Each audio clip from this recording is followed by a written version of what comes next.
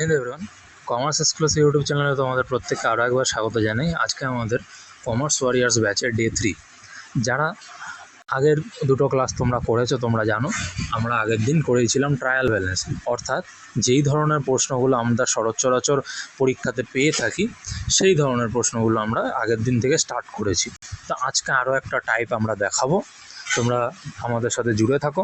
যারা এই ব্যাচটা সম্বন্ধে জানো না তাদেরকে বলি, আমাদের এই ব্যাচটা আমরা লঞ্চ করেছি ক্লাস 11 সেমিস্টার 2-দের জন্য, যেখানে কিনা আমরা পুরো কমপ্লিট সিলেবাস করাবো, লেটেস্ট কন্টেন্ট এবং টাইপ ওয়াইজ চ্যাপ্টার ওয়াইজ আমরা কিন্তু বিভিন্ন বিষয়গুলো কমপ্লিট তোমাদের করাবো, এবং অল বেঙ্গল মক টেস্টের ব্যবস্থাও কিন্তু আছে আমাদের, আমরা সেটা করব এবং এই সব কিছু ফ্রি অফ কস্ট তোমাদের জন্য থাকছে, পর্যায়ক্রমে রাখবো।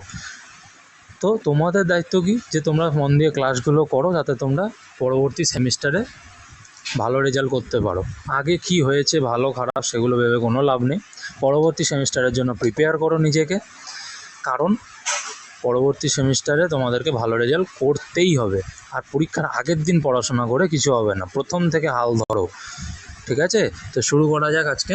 দেখো, তোমাদেরকে আমি বলে রাখি যে এরকম তোমাদের কিছু লেজার ব্যালেন্স দিয়ে দেবে, ঠিক আছে? লেজারের কিছু ব্যালেন্সগুলো দেবে, ডেবিট ব্যালেন্স না ক্রেডিট ব্যালেন্স তোমাকে বলবে না, তোমাকে অ্যাকাউন্ট দেখে বুঝতে হবে। তার জন্য আমরা সিম্পল ফর্মুলা কি বলেছিলাম আগের দিন, যে সমস্ত অ্যাসেট অ্যাকাউন্ট থাকবে, এক্সপেন্স থাকবে, এক্সপেন্ডিচার থাকবে, লস থাকবে, সেগুলো আমরা ডেবিট ব্যালেন্স হবে। আর যেগুলো লায়াবিলিটি থাকবে, ক্যাপিটাল বা ইকুইটি বা ফাইন্যান্স যাই বলো না কেন সেইটা থাকবে, বা তোমাদের ধরো প্রফিট থাকলো, গেইন থাকলো, সেইটা কিন্তু আমাদের ক্রেডিট ব্যালেন্স হবে। তাহলে সেই হিসেবে আমরা ট্রায়াল ব্যালেন্সে বসাই। তাহলে আজকে আরেকটা প্রবলেম এলেছি, এখানে একটু ইন্টারেস্টিং জিনিস আছে, গত দিনের জিনিসের সাথে অনেক কিছুই মিল পাবে, ঠিক আছে? তো দেখো কি বলেছে, from the following balances taken from the books of mister DK Goel as on 31st March 2023, তার মানে এটা হচ্ছে আমাদের ক্লোজিং ডেট। হ্যাঁ, prepare a trial balance with actual proforma. Actual proforma মানে হচ্ছে ছক, মানে প্রপার একদম ছকের সাথে করো, অর্থাৎ আমরা যে ট্রায়াল ব্যালেন্সের ছক দেখিয়েছিলাম ওই ছকের মধ্যে ফেলে করতে হবে। প্রশ্নটা হচ্ছে তোমার এতটুকু হচ্ছে তোমার প্রশ্নটা, মানে এই এখান থেকে শুরু করে এতটা হচ্ছে তোমার প্রশ্ন, ঠিক আছে? তোমাকে ট্রায়াল ব্যালেন্সটা প্রিপেয়ার করতে হবে। পরীক্ষাতে বলি এটা আমাদের 3 থেকে 5 মার্কসের মধ্যে আসতে পারে। কেন বুঝিয়ে বলি, কাউন্সিলের যে নির্দেশিকা ছিল সেখানে বলা হয়েছে আপনারা বড় প্রশ্ন করবেন, বিভিন্ন স্কুলগুলোকে বলা হয়েছে যে বড় প্রশ্নটা করবেন 2 মার্কস, 3 মার্কস এবং 5 মার্কসের। 2 মার্কসে আমাদের ট্রায়াল ব্যালেন্স দেওয়া কখনোই সম্ভব নয়, ঠিক আছে? ট্রায়াল ব্যালেন্সের যা লেন্থ, যদি ছোটো অঙ্কও দেয় তোমাদেরকে, হ্যাঁ, সেখানে কিন্তু 2 মার্কসে দেওয়া সম্ভব না, 3 মার্কসে দেবে, আর যদি বড় প্রশ্ন হয় সেখানে 5 মার্কসের দেবে, সেটা বিভিন্ন স্কুলের উপর ডিপেন্ড করছে। আরও একটা বিষয় হচ্ছে, তোমাদের যদি 3 মার্কসের শর্ট লেন্থের ট্রায়াল ব্যালেন্স দেয় তাইলে কিন্তু একটা জিনিস মাথায় রাখবে, ক্যালকুলেটিভ অঙ্ক দেবে। এবার কথা হচ্ছে, বলো বুঝিয়ে বলুন আপনি ক্যালকুলেটিভ মানে কি? আজকের যে অঙ্কটা সেইটা, তার মানে এই না বড় বড় যোগ বিয়োগ, সেইটার কথা না, ওইটা তো ক্যালকুলেশন তোমাদের আছে, করতে হবে, কিন্তু অঙ্কের ভিতরে কিছু কিছু আইটেম তোমাকে দেবে না, মিসিং করে দেবে, ওইটাকে তোমাকে ক্যালকুলেশন করে বার করে ওয়ার্কিং নোটে তোমাকে সেটাকে ট্রায়াল ব্যালেন্সে ফেলতে হবে, ঠিক আছে? দেখো অঙ্কটা দেখো, তাইলে বুঝতে পারবে। আমরা একটা করে আইটেম বলবো এখান থেকে, ঠিক আছে? এবং সেই আইটেমটা ডেবিটে বসবে না ক্রেডিটে বসবে সেটা আমরা লজিক দিয়ে আলোচনা করব। দেখো, প্রথমে বলেছে আমাদের stock in trade as on 1/4/2022, মানে 1 এপ্রিল 2022। আমাদের ইয়ার এন্ডিং কবে আছে? 31 মার্চ 23। তার মানে এই 1 এপ্রিল 22টা হচ্ছে আমাদের ওপেনিং ব্যালেন্স বা ওপেনিং ডেট, তার মানে ওপেনিং স্টকের কথা বলা হয়েছে। ওপেনিং স্টক আমরা বারবার বুঝিয়েছি যে ওপেনিং স্টক মানে সেটা আগের বছরের ক্লোজিং স্টক ছিল। তার মানে আমাদের যে 22-23 বছরটা আছে তার আগের বছর কত ছিল? 21-22। তাহলে সেই বছরের যে ক্লোজিং স্টকটা ছিল সেটাই আমাদের 22-23-এ এসে, অর্থাৎ 1 তারিখে আমাদের ওপেনিং স্টক হয়ে গেছে। ক্লোজিং স্টক আমরা কি জানি? অ্যাসেট। তাহলে ওপেনিং স্টক আমার কাছে ওই অ্যাসেট হিসেবেই বলতে পারি, বা এক্সপেন্স হিসেবেও তোমরা বলতে পারো।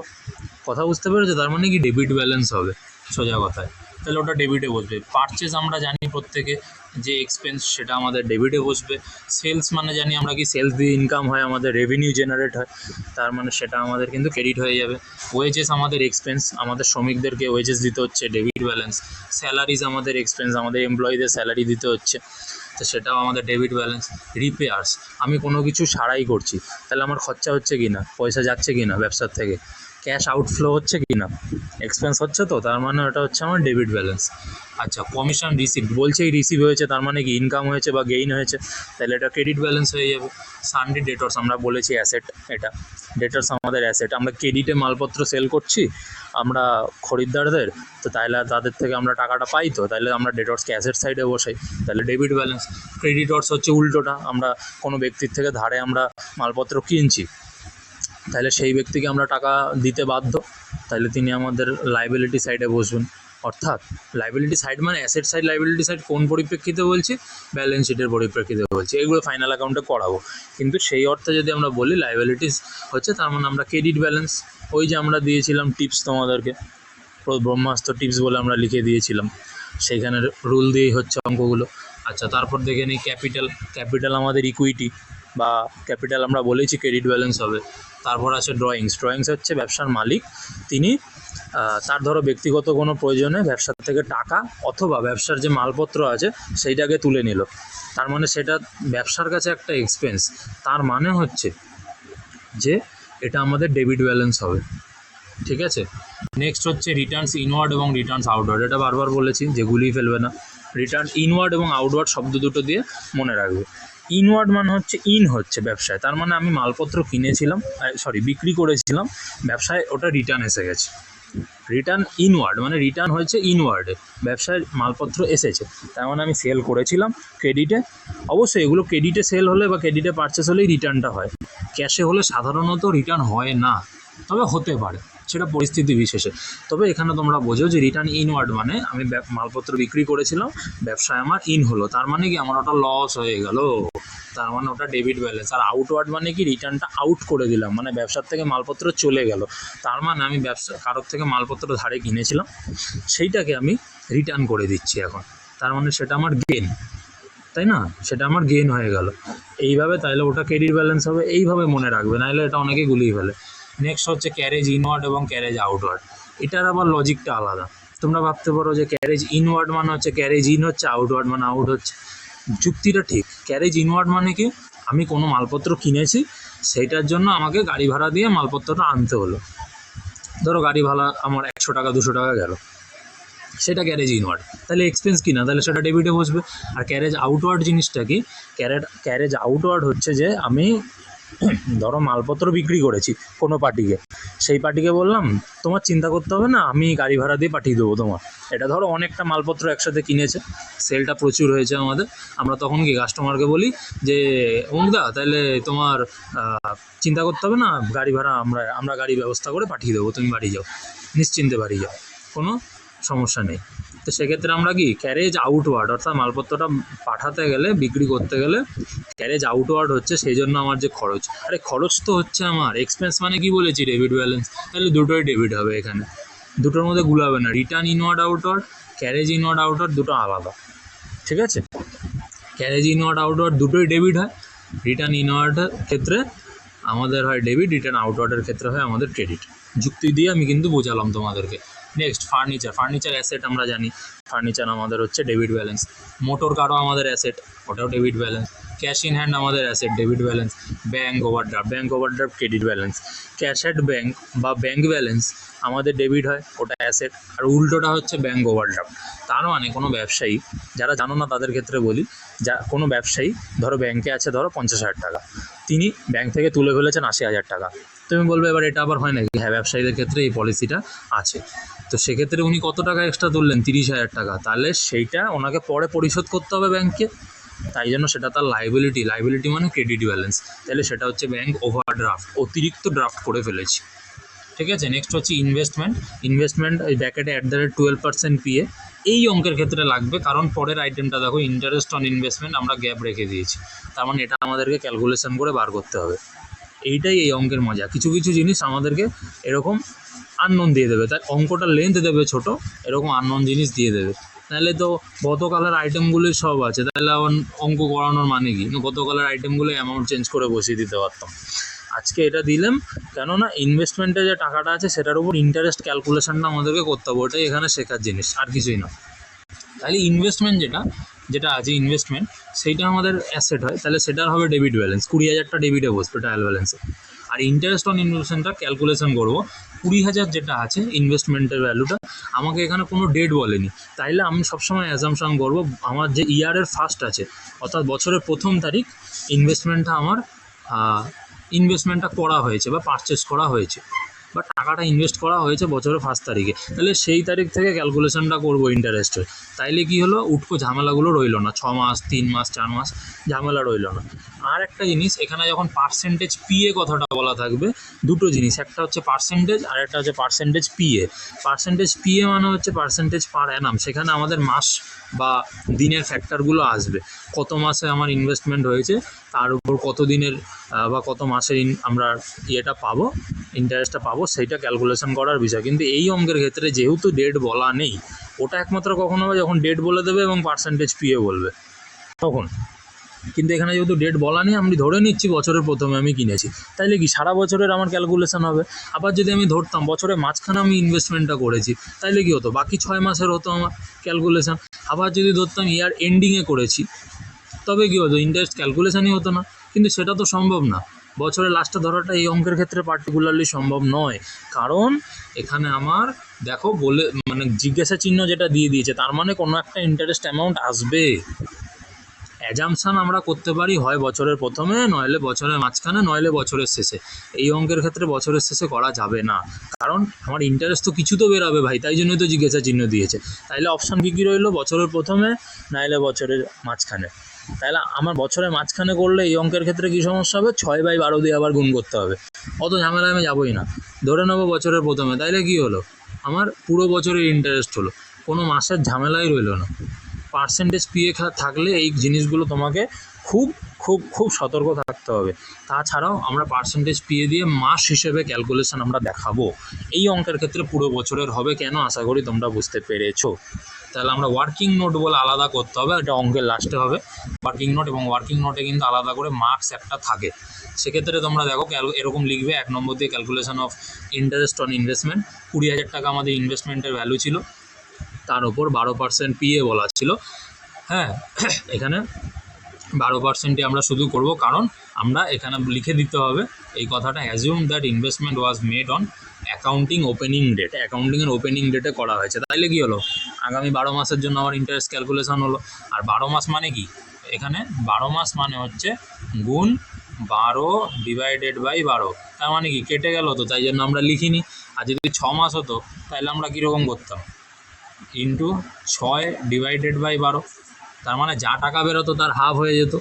এখানে আমরা অ্যাজাম্পশনটা এরকম ধরেছি, তোমরা ওইরকম অ্যাজাম্পশনও ধরতে পারো।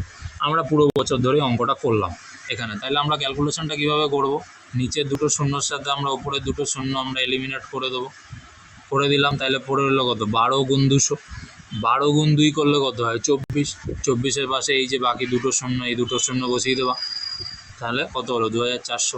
সিম্পল ক্যালকুলেশান, কিছুই নেই, কাটাকাটি, লঘিষ্ঠকরণ, সেই ক্লাস 5-এ শিখেছে যেটা, ঠিক আছে। তাহলে এই 2400টা আমাদের ইনভেস্টমেন্টের ইন্টারেস্ট ভ্যালু আমরা বেরিয়ে গেল। তাইলে ইন্টারেস্ট অন ইনভেস্টমেন্ট, এটা আমার ডেবিট ব্যালেন্স হবে না ক্রেডিট ব্যালেন্স হবে, আমি ইনভেস্টমেন্ট করেছিলাম সেখান থেকে আমি ইন্টারেস্ট পেয়েছি, তাহলে এটা আমার ইনকাম কি না, তাহলে এটা আমার ক্রেডিট সাইডে বসে যাবে ট্রায়াল ব্যালেন্সে।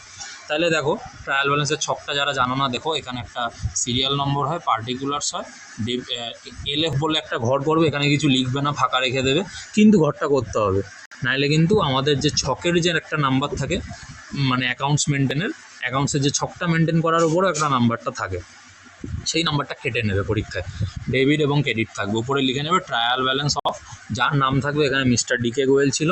তারপর শেষে কি করবে, তোমরা এখানে অ্যাজ অন লিখে অ্যাকাউন্টের ক্লোজিং ডেটটা তোমরা লিখে দেবে, এখানে 31 মার্চ 2023 ছিল।